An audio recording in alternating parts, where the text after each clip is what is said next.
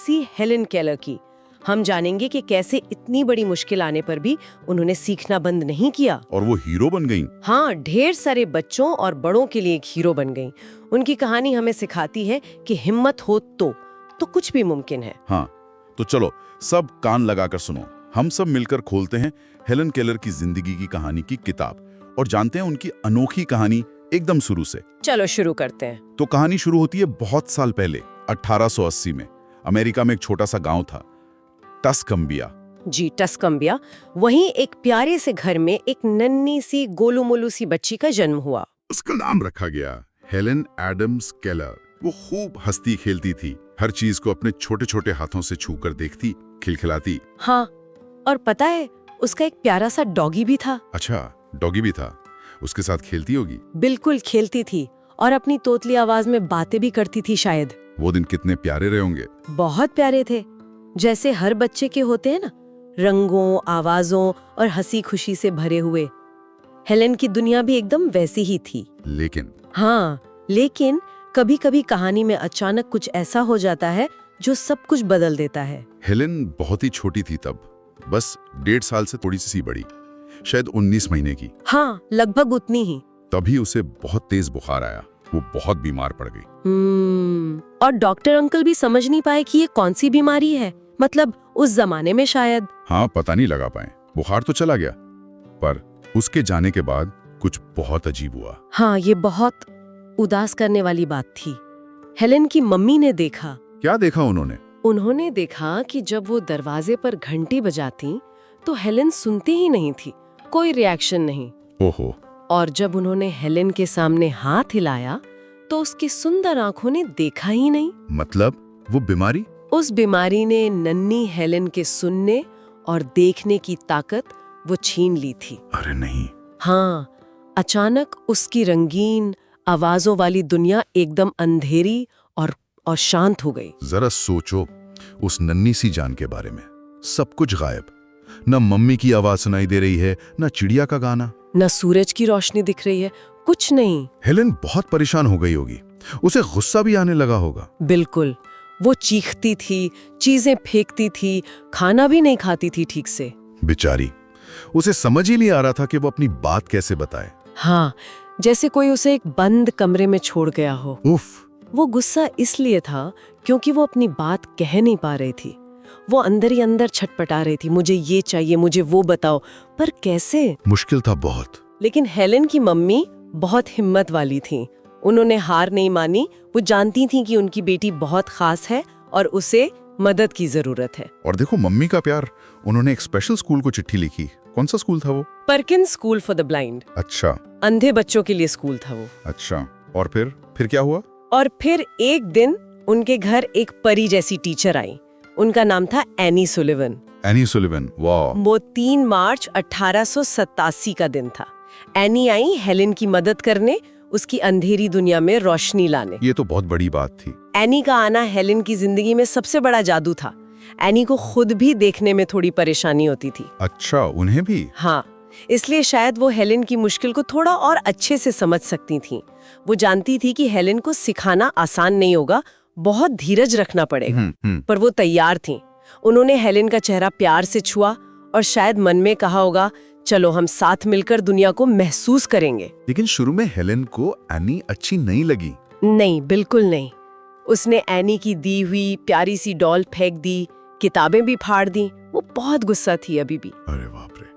पर एनी दीदी भी पक्की थी। हाँ, वो पीछे नहीं हटी। एक दिन वो हेलेन को बाहर गार्डन में ले गई जहाँ पानी का हैंडपंप लगा था। हैंडपंप? अच्छा, फिर? उन्होंने हेलेन का एक हाथ ठंडे ठंडे पानी की धार के नीचे रखा और उसी समय हेलेन की दूसरी हथेली पर अपनी उंगलियों से कुछ लिखा।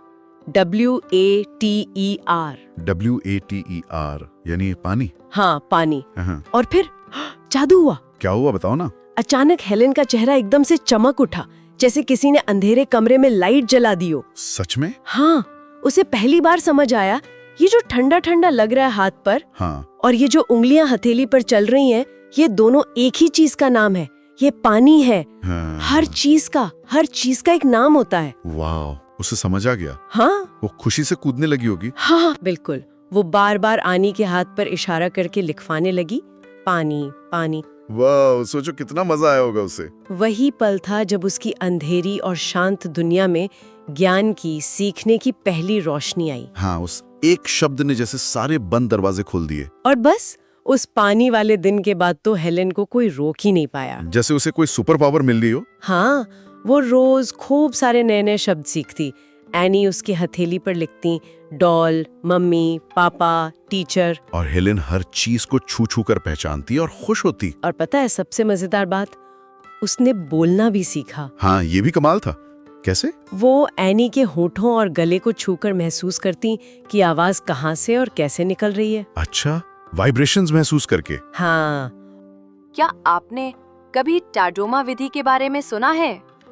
टाडोमा एक अनोखी विधि है जिसमें बोलने की आवाज को सुनने की बजाय महसूस किया जाता है। इसमें व्यक्ति अपने अंगूठे को वक्ता के होठों पर और उंगलियां गालों व गले पर रखता है। जब दूसरा व्यक्ति बोलता है तो उसके होठों और गले की हलचल और कंपन, वाइब्रेशंस महसूस की जाती है। इसी स्पर्श से समझ आता है कि कौन सा शब्द बोला गया है। ये तरीका बोलने और सुनने में असमर्थ लोगों के लिए बहुत मददगार है। जैसे दुनिया की प्रसिद्ध प्रेरणा हेलेन केलर ने इसी विधि से बोलने की ध्वनियां महसूस की थीं। दोस्तों, इस वीडियो में हम देखेंगे कि कैसे एन सुलिवन हेलेन को पढ़ना सिखा रही हैं। ये ऐतिहासिक फुटेज है 1929 का। A part of their so-called act was later filmed. It is the only existing record of Annie Sullivan's voice. When I saw Helen Keller first, she was 6 years and 8 months old. She had been blind and deaf and mute since her 19th month as the result of an illness. She had no way of communicating with those around her except a few imitative signs that she had made for herself. A push meant go and a pull meant come and so on. She had observed that we did not use the hands when we were talking to each other. And I let her see by putting her hand on my face how we talked with our mouths. She felt the vibration of the spoken word. Instantly she spelled, I want to talk with my mouth. That seemed impossible. But after experimenting for a time, we found that placing her hand in this position, the thumb resting on the throat, right at the larynx, the first finger on the lips, the second on the nose, we found that she could feel the vibration of spoken words. For instance, the throat, she feels the G, the hard G, the. And on the lips, she feels the, and the K sound, k. On the lips, she feels the B, and with the second finger on the nose, the nasal sounds, the the The first word she learned to articulate was the little word it. With the hand in this position, I made the vowel I. She felt it. I. Then I made the T. She feels it with the finger on her lips, on my lips. Then I put the two letters together to form the word it, and the first word was learned. After her 7th lesson, she was able to speak the sentence word by word, I am not dumb now. और उसने Braille सीखी, वो उभरे हुए dots वाली लिखाई। जिससे न देख पाने वाले लोग पढ़ते हैं? बिल्कुल। और उसने टाइपराइटर पर लिखना भी सीख लिया। जैसे पुराने जमाने का कंप्यूटर कीबोर्ड। गजब है। सीखना उसके लिए सबसे पसंदीदा खेल बन गया था। हाँ, जैसे हमें खेलना पसंद है ना, वैसे ही उसे सीखना पसंद था। उसने कहा भी था, क्या कहा था? सीखना मेरी धूप है, इसी से मुझे जिंदगी मिलती है। Learning is my sunshine, it keeps me alive. वाह, मतलब सीखना ही उसकी दुनिया बन गया था। बिल्कुल। वो सुबह से शाम तक बस नई नई बातें सीखने में लगी रहती। कितनी मेहनती थी वो। और जानते हो, इतनी मेहनत का इनाम क्या मिला? हेलन केलर ना सिर्फ स्कूल गईं, बल्कि वो कॉलेज भी गईं। हाँ, ये तो बहुत बड़ी बात है। और पता है, 1904 में उन्होंने अमेरिका के एक बहुत बड़े कॉलेज रैडक्लिफ कॉलेज से ग्रेजुएशन की डिग्री ली। वो भी बहुत अच्छे मार्क्स से। हाँ, सोचो जरा, वो दुनिया की पहली ऐसी इंसान थी जो सुन और देख नहीं सकती थी, फिर भी उन्होंने कॉलेज पूरा किया। ये तो कमाल ही हो गया। इतिहास रच दिया उन्होंने। बिल्कुल। ये सच में एक बहुत बड़ी जीत थी। उन्होंने पूरी दुनिया को दिखा दिया कि अगर मन में हिम्मत हो और सीखने का शौक हो तो कोई भी मुश्किल आपको रोक नहीं सकती। सही बात है। सोच कर देखो, बिना देखे टाइपराइटर पर कॉलेज के लंबे लंबे असाइनमेंट लिखना कितना मुश्किल रहा होगा, पर हेलन ने कर दिखाया। वाकई प्रेरणादायक। अरे वाह।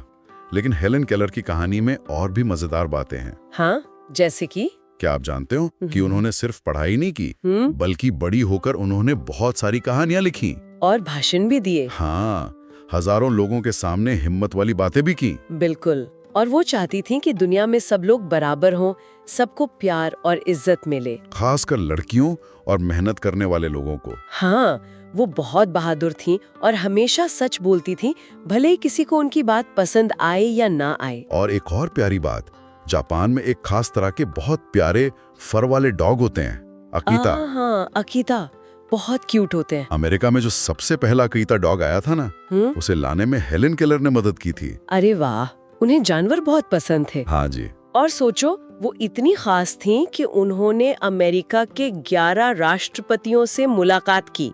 11 प्रेसिडेंट्स? हाँ, और वो दुनिया के 39 अलग-अलग देशों में भी गईं। क्यों गई थी वो इतने देशों में? लोगों को हिम्मत देने और अपनी कहानी सुनाने कि देखो मैंने किया तो तुम भी कर सकते हो। वाह। अच्छा, हेलन की जिंदगी में उनकी टीचर एनी सुलिवन, वो हमेशा उनके साथ रही है ना? बिल्कुल। एनी सिर्फ उनकी टीचर नहीं थी, वो उनकी सबसे अच्छी दोस्त थी। उनकी माँ जैसी थी। माँ जैसी। हाँ, उन्होंने जिंदगी भर हेलन का हाथ पकड़े रखा, हर मुश्किल में, हर खुशी में। उनकी दोस्ती भी एक बहुत सुंदर कहानी है। दोस्ती तो सबसे जरूरी होती है। हाँ, और हेलन ने दुनिया को एक बहुत जरूरी बात सिखाई। क्या बात? वो कहती थी कि असली अंधापन आंखों का न होना नहीं है। तो फिर क्या है? असली अंधापन तो तब है जब आंखों के होते हुए भी हमारे दिल में कोई सपना न हो, कोई अच्छी सोच न हो। ओहो, मतलब देखना जरूरी नहीं, सपने देखना जरूरी है। बिल्कुल। उन्होंने खास तौर पर उन बच्चों के लिए स्कूल बनवाने में मदद की जो उनकी तरह देख या सुन नहीं सकते थे। अच्छा। वो चाहती थी कि हर बच्चे को पढ़ने और आगे बढ़ने का मौका मिले। बहुत अच्छा काम किया उन्होंने। बच्चों, अब चलो थोड़ा सा हेलन की दुनिया में चलते हैं। देखे बिना, सुने बिना उसने क्या क्या सीखा, सोचो जरा। अब हम समझने की कोशिश करेंगे फिंगर लैंग्वेज, साइन लैंग्वेज क्या है। फिंगर लैंग्वेज, साइन लैंग्वेज उंगलियों की भाषा में हाथों, उंगलियों और चेहरे के भावों से बात की जाती है। हर इशारा एक अक्षर, शब्द या भावना बताता है। जो लोग बोल या सुन नहीं सकते, वे इसी भाषा से अपने विचार प्रकट करते हैं। दुनिया में इसकी 300 से ज्यादा अलग-अलग शैलियां हैं, जैसे अमेरिकन, ब्रिटिश और इंडियन साइन लैंग्वेज। मजेदार बात यह है कि कई स्कूलों में अब सभी बच्चों को साइन लैंग्वेज की बेसिक ट्रेनिंग दी जाती है, ताकि कोई भी बच्चा संवाद से वंचित ना रहे। ये सिखाती है कि बिना आवाज के भी दिल से बात की जा सकती है। ब्रेल से अब गणित और संगीत भी सिखाया जाता है। लेकिन ब्रेल क्या है? ब्रेल एक अद्भुत लिपि, राइटिंग सिस्टम है, जो उभरे हुए बिंदुओं, रेज्ड डॉट्स से बनी होती है। हर अक्षर, संख्या और यहाँ तक कि संगीत के सुरों का भी अपना डॉट पैटर्न होता है। जो लोग देख नहीं सकते, वे इन बिंदुओं को स्पर्श करके पढ़ते हैं। यानी उंगलियां बन जाती हैं उनकी आंखें। इसका आविष्कार लुई ब्रेल नामक फ्रांसीसी युवक ने सिर्फ 15 साल की उम्र में किया था। आज ब्रेल भाषा किताबों, करेंसी नोटों, साइन बोर्ड्स और लिफ्ट के बटनों में भी देखी जा सकती है। ये हमें याद दिलाती है ज्ञान की रोशनी हर किसी तक पहुंच सकती है। अब तुम भी कोशिश करो, एक कागज पर अपने नाम के अक्षरों को ब्रेल डॉट्स में बनाओ और साइन लैंग्वेज में बताओ। आप जानते हैं, साल 1899 में हेलन की ये बहुत सुंदर तस्वीर खींची गई थी, और वो तस्वीर किसी आम व्यक्ति ने नहीं बल्कि टेलीफोन के आविष्कारक अलेक्जेंडर ग्राहम बेल ने ली थी। क्या आप उनके बारे में और जानना चाहेंगे? तो मिलते हैं अगले हफ्ते एक नई प्रेरणादायक कहानी में अलेक्जेंडर ग्राहम बेल के साथ। अगर आपको हेलन की ये प्रेरणादायक कहानी पसंद आई तो लाइक करें, शेयर करें और कमेंट में बताएं कि आप कौन सी कहानी सुनना चाहेंगे। और ऐसे ही महान लोगों की कहानियां सुनने के लिए महान एक्टिविटी। कुछ सेकंड के लिए अपनी आंखें बंद करें। अब सुनो आसपास की आवाजें, पंखे की, पंछियों की या अपनी सांसों की। महान स्टोरीज, सकारात्मक सोच और अच्छे संस्कारों का सफर हर किसी के लिए। सारी कहानियां वास्तविक जीवन के नायकों, किताबों